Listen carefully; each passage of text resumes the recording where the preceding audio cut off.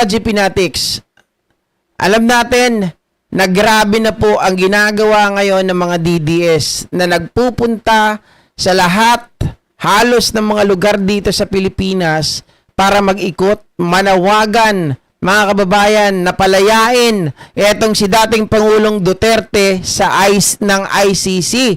'Di ba? Kaya sila ngayon ay nag-iikot. Ngayon, mga kababayan, may nakapansin doon sa ginagamit nilang van or caravan, mga kababayan, sa pagpapapirma, sa pagpapakalat ng signature drive na tinatawag nilang Tay Kami Naman, itong si Ray Langit, tawang-tawa.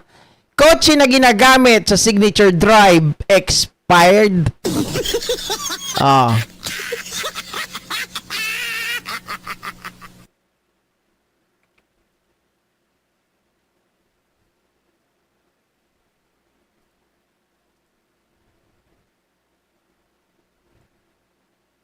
May report ay tatanggapin mga kaibigan, yun daw pong van na ginagamit dito sa signature caravan ng dating Pangulong Rodrigo Roa Duterte ay hindi rehistrado. Ano ba issue yan?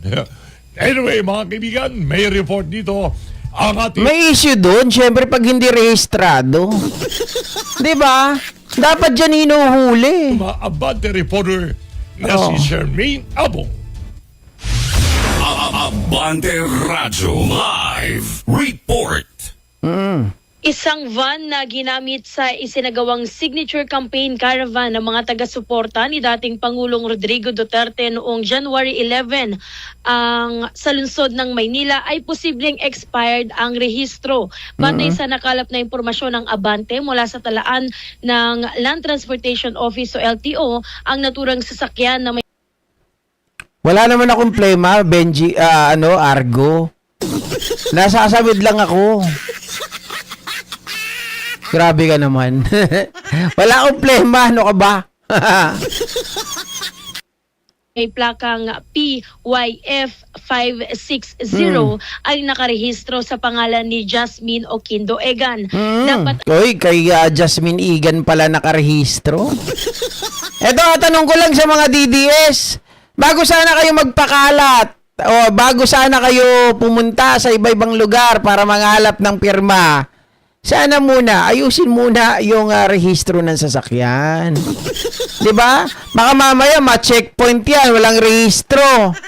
Tapos sasabihin ninyo, sinosuppress na naman ang inyong kalayaan. Pinipigilan na naman kayo sa inyong signature drive, mga walang hiya. ay nairehistro na ang nasabing van noong buwan ng Oktubre ng nakaraang taon dahil 0 ang hulihang numero ng plaka nito. Nako, no October pa pala. Oh. F560 ay nakarehistro sa pangalan ni Jasmine Oquindo Egan.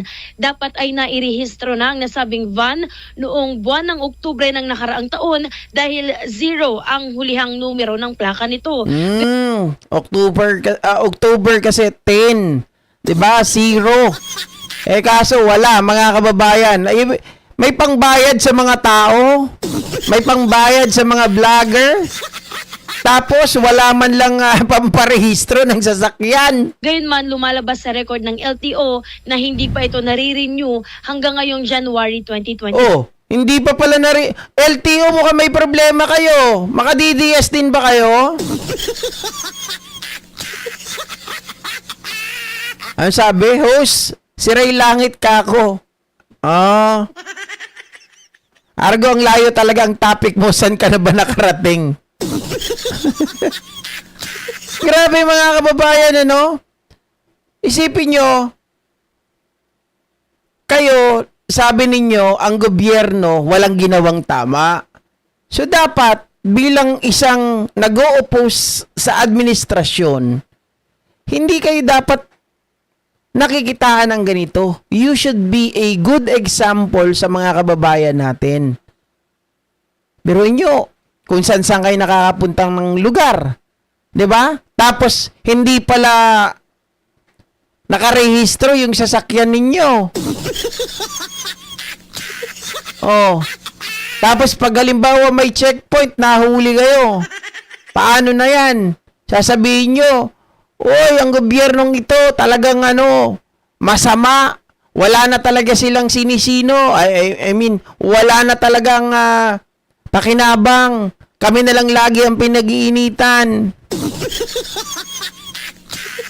Di ba, Ma'am Linda Natividad ng Italy? So, sinasadya nila yan na hindi mag-renew. Pag sinasadya nila yan na hindi mag-renew, pag nahuli sila, wag nilang isisi sa gobyerno. Di ba?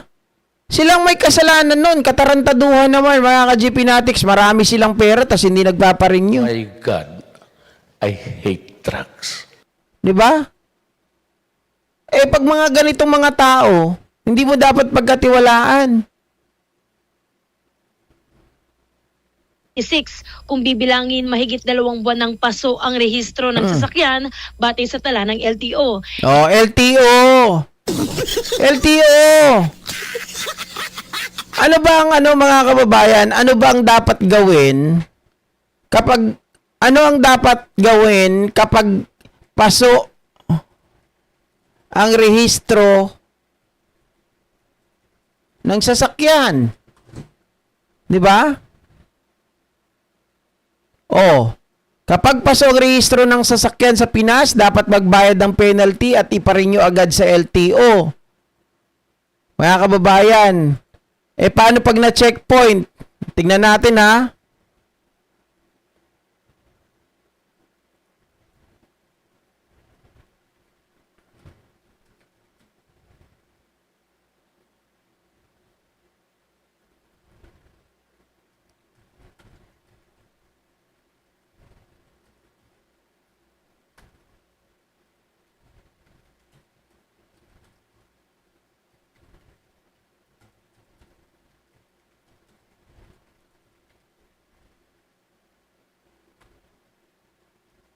Ayan, tingnan natin dito.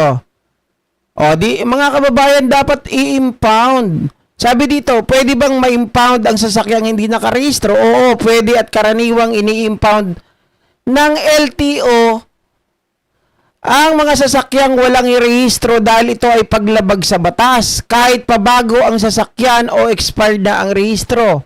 At ito ay pinapatupad sa checkpoint at operasyon para sa kaligtasan sa kalsada at pagsunod sa batas. Mukhang may problema dito ang LTO. Mukhang may problema ang LTO dito, guys. Bakit kanyo? Nabalita na binabalita na ninyo na alam ninyo na 2 months na pala napaso ang rehistro ng sasakyan na ito. Anong ginawa nyong aksyon? Pababayaan nyo lang?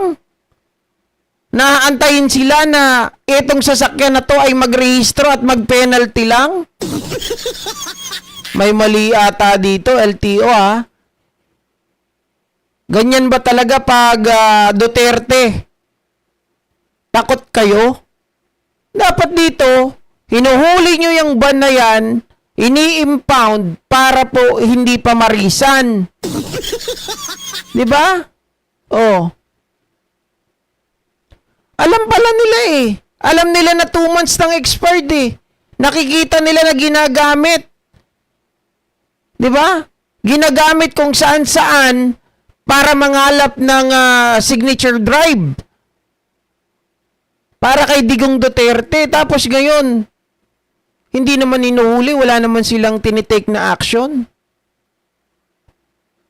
Hanggang ngayon, takot pa rin kayo, LTO. Mukhang bahagri ng inyong mga buntot sa mga Duterte,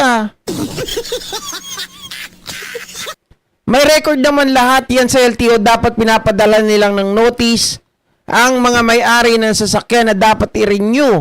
Hindi nga, ito Ma'am Ems Alam nila, di ba? Alam nila, paano nila nalaman? Siyempre siguro may checkpoint yan, na-checkpoint yan.